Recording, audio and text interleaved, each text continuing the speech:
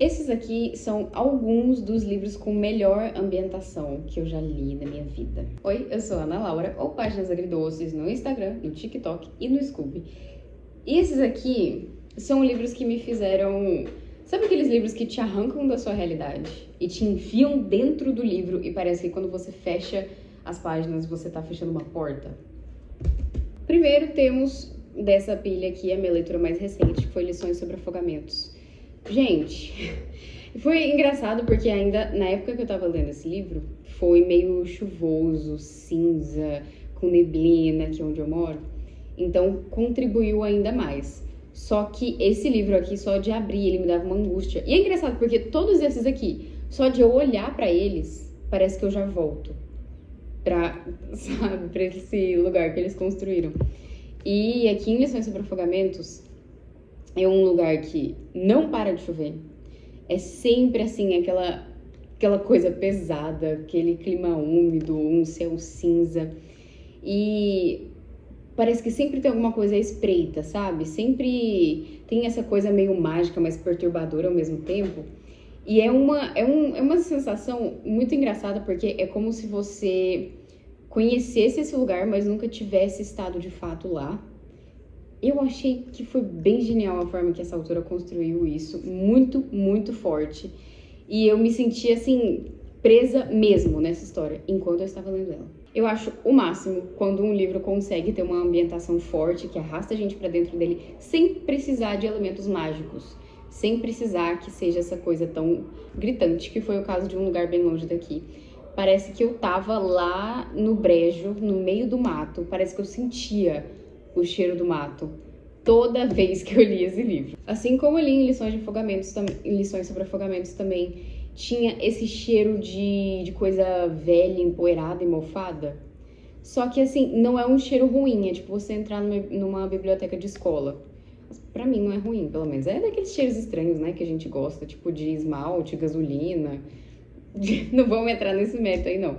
Mas acontecia com esse aqui também. Eu sentia o cheiro da água, o cheiro do mato, assim, era muito forte. Sem coração, e era uma vez um coração partido, não tem só coração no nome em comum. Pra mim, os dois têm uma atmosfera um pouco parecida, levam a gente pra um tipo de mundo, um tipo de realidade parecida. Que é essa coisa, assim, é tudo muito doido, é tudo, sabe, tudo muito mágico e é normal por lá. Não tem essa coisa, assim, da mistura, né? Que tem o mundo real e aí tem aquela questão mágica que as pessoas não acreditam. Aqui, todo mundo tá nessa loucura, todo mundo tá no meio dessa magia toda. E tem aquele fundinho doloroso, sabe? Que você sabe que não é exatamente uma história feliz, não é pra ser uma história feliz. É pra ser uma coisa pra pesar mesmo, mas enquanto isso você tá nesse mundo que é mágico. E parece que enquanto eu lia esses livros,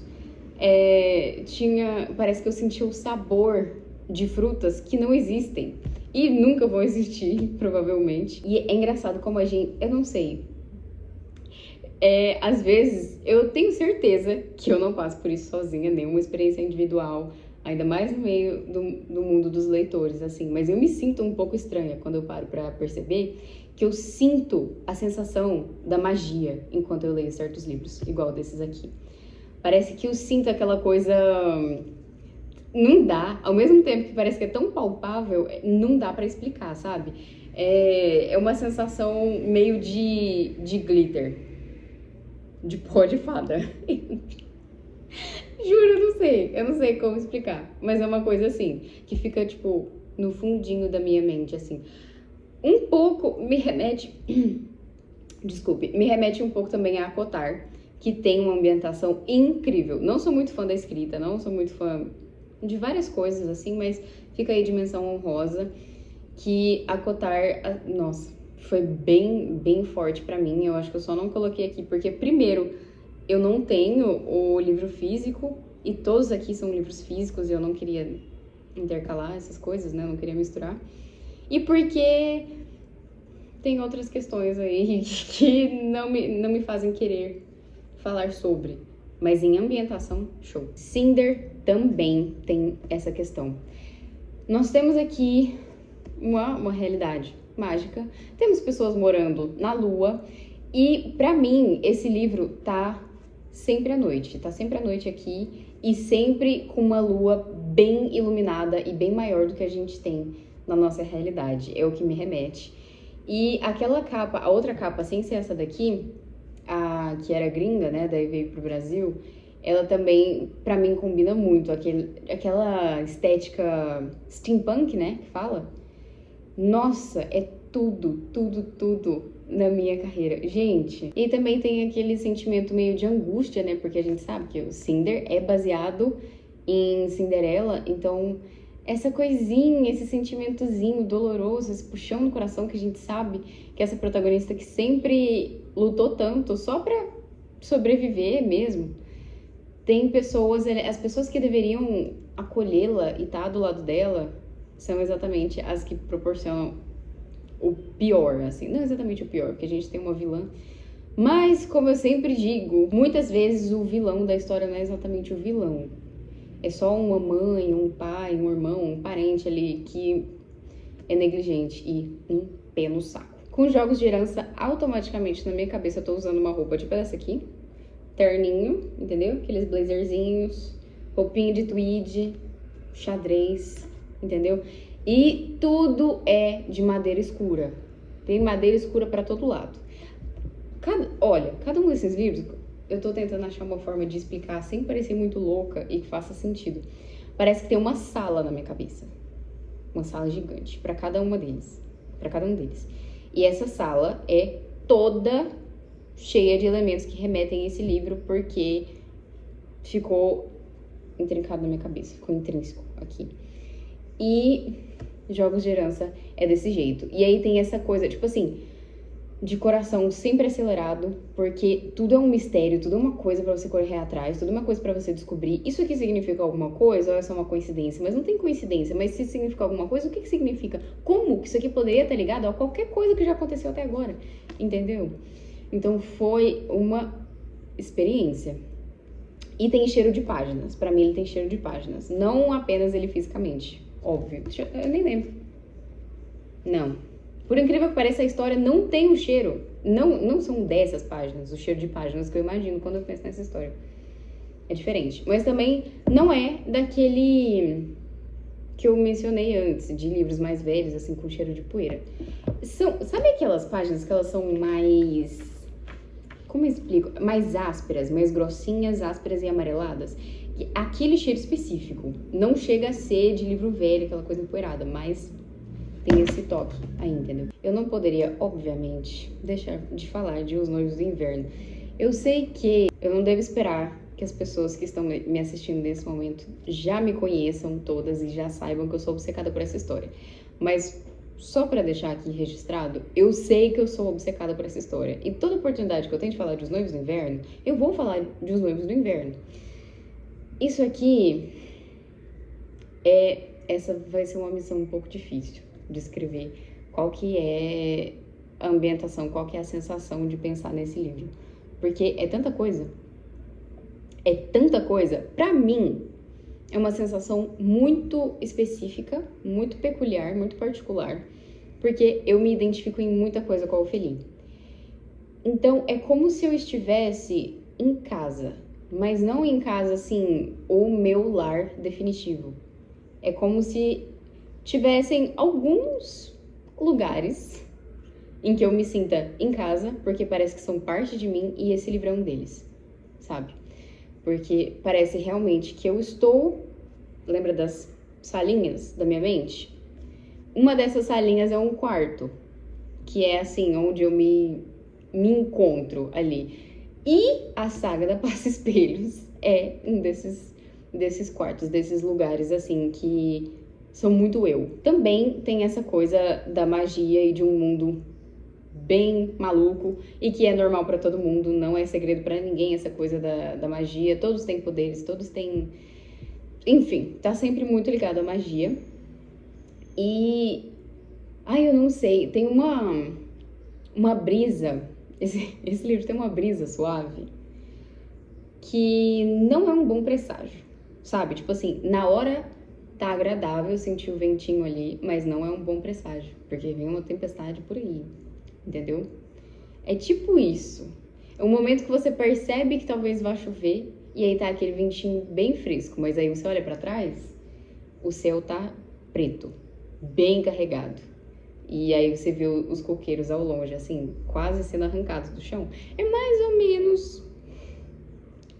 menos isso aí. E também, parando pra pensar agora, é muito curioso.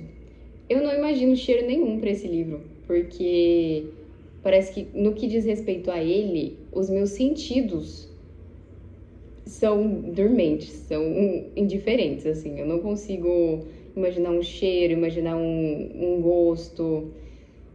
Parece que eu só sinto, entendeu? Eu não sei.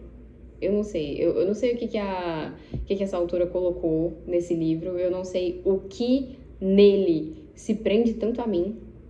Mas esse livro é basicamente a minha essência, na minha cabeça. A Melodia Feroz é outro livro em que sempre tá de noite. Sempre de noite. Sempre com aquele poste de luz amarelada e com as luzes meio fracas. E a sensação de você tá andando numa ruazinha bem solitária no meio da noite, e aí você ouve um barulho estranho, você olha pra trás, não é nada, sabe? Essa coisa assim de você tá sempre assim, sempre parece que tem alguma coisa à espreita, sempre parece que tem algo esperando pra acontecer, e esse algo não vai ser bom. Deixa eu ver. É mais ou menos a vibe da capa mesmo. Eu não sei se vai dar pra ver direitinho, mas isso aqui é uma rua. É uma ruela com casinhas aqui, construção e tudo mais. Só que não é exatamente isso, mas é mais ou menos essa aqui a sensação. Eu nunca tinha parado pra pensar, pra prestar muita atenção. Ai, tá de dia. Que a capa é uma rua... Nossa, isso aqui é uma foto, parece. Parece muito uma foto. Mas acho que não é não, esse gato tá estranho. Enfim, a sensação é basicamente essa. E, assim... a sensação também de você quase ter uma coisa... É exatamente isso. Você saber que você pode receber uma coisa boa, que pode ter uma coisa ali que vai ser muito boa pra você, e você assiste ela escorrer entre seus dedos e simplesmente ir embora a oportunidade. E aí você se sente desolado de novo, porque você sabe que aquilo não vai acontecer de novo, e que você não vai ter aquela oportunidade outra vez. E a partir desse momento, tudo vai meio que ruir. Muito bom, leiam. Eu dei 5 estrelas. The Kiss of Deception é loucura. É loucura. O que esse livro é arenoso não é brincadeira. Sabe? Essa coisa assim, de uma vegetação bem escassa, seca e rasteira, no meio de um monte, sabe? Mares e mares e metros e milhas de deserto. E a sensação de areia na pele, mas não aquela sensação gostosa de praia, mas assim, aquela areia que você não consegue tirar, e aí onde você pega, tá aquela coisa incômoda. A sensação do pelo do camelo. Eu nunca encostei num camelo na minha vida, mas eu tenho certeza de como é, só por causa desse livro.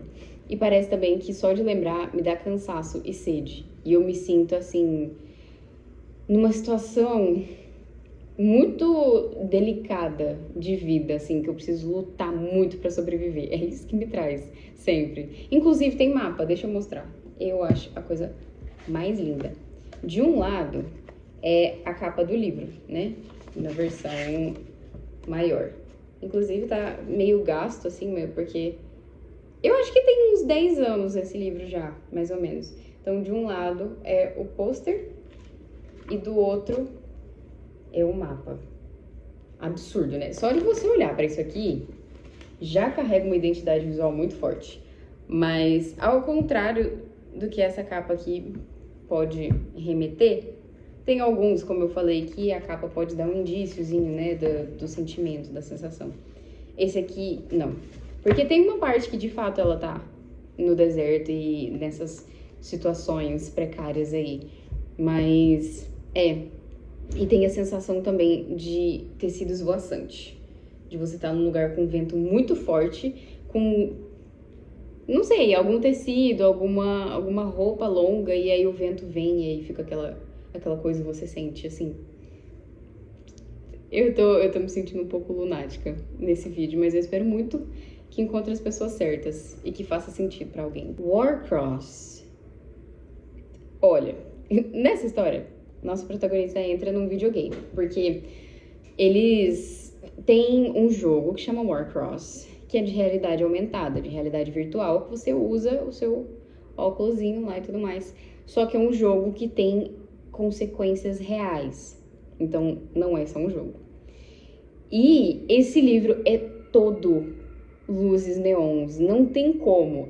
Nossa, invoca muito. Eu acho que a capa, esse é um dos que a capa tem a sua influência, mas é porque conseguiu traduzir muito bem. Essas cores aqui dá pra sentir elas e remeter aos livros, entendeu? E também os post-itzinhos eu achei que combinou muito, assim, dão uma ideia de pixel colorido na minha cabeça.